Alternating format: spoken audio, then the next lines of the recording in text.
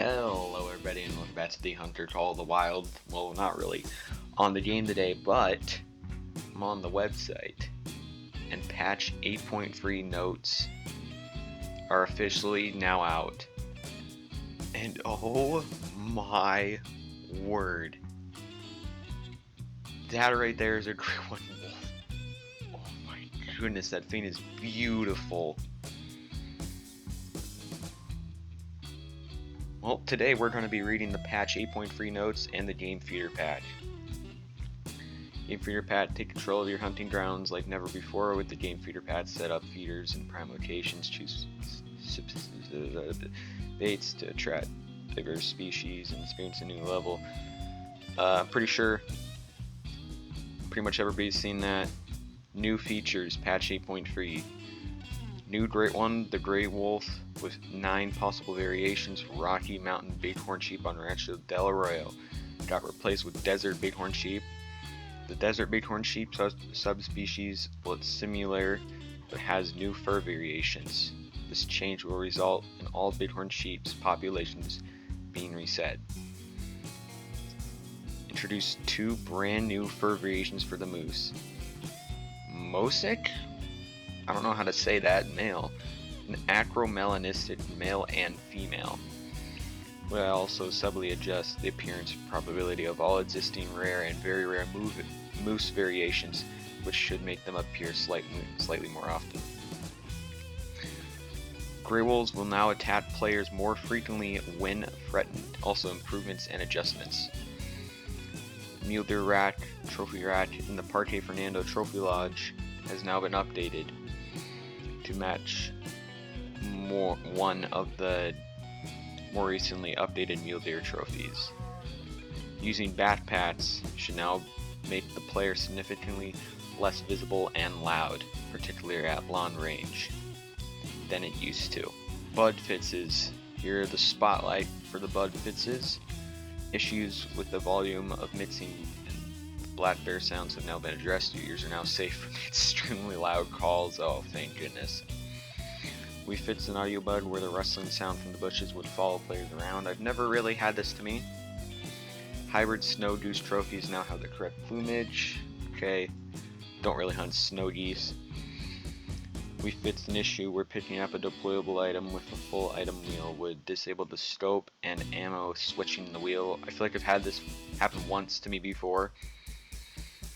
An issue with the light brown puma visibility in the Parque Fernando trophy room during the Parque Fernando trophy collection mission got fixed. Their trophy should not be invisible anymore. Fabled Dusty Drift and Fabled Milky Way Great Ones will no longer have their names switched. Ah, finally. I've got a Dusty Drifter.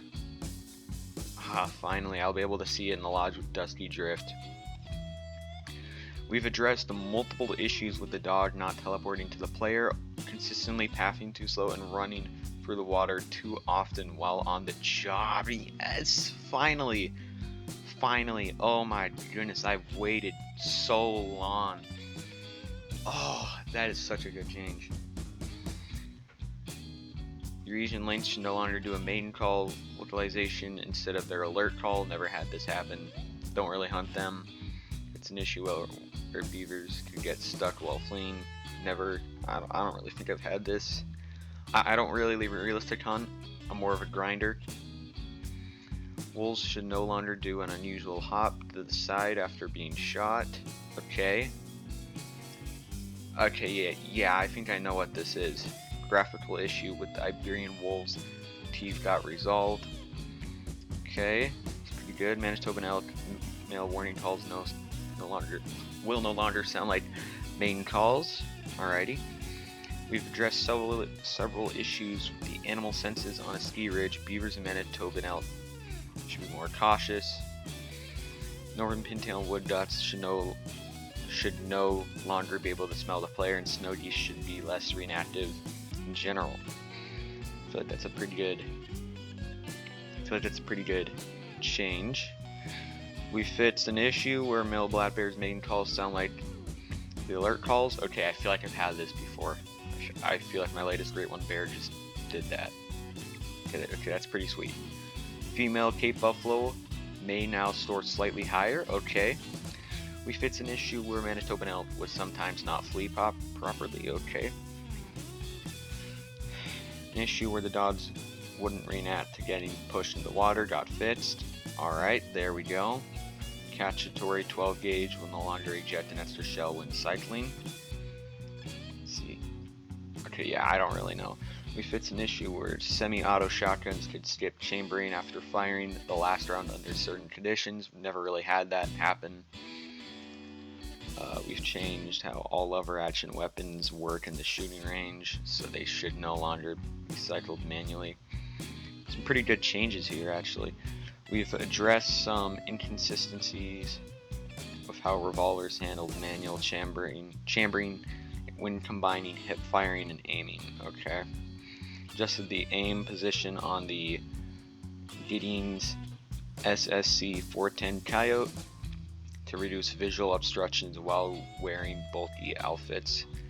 We fixed the hammer inconsistency issue with the Giddings SSC 410 Coyote when hip firing. Several issues with the animations and positioning of the Vasquez air rifle got resolved.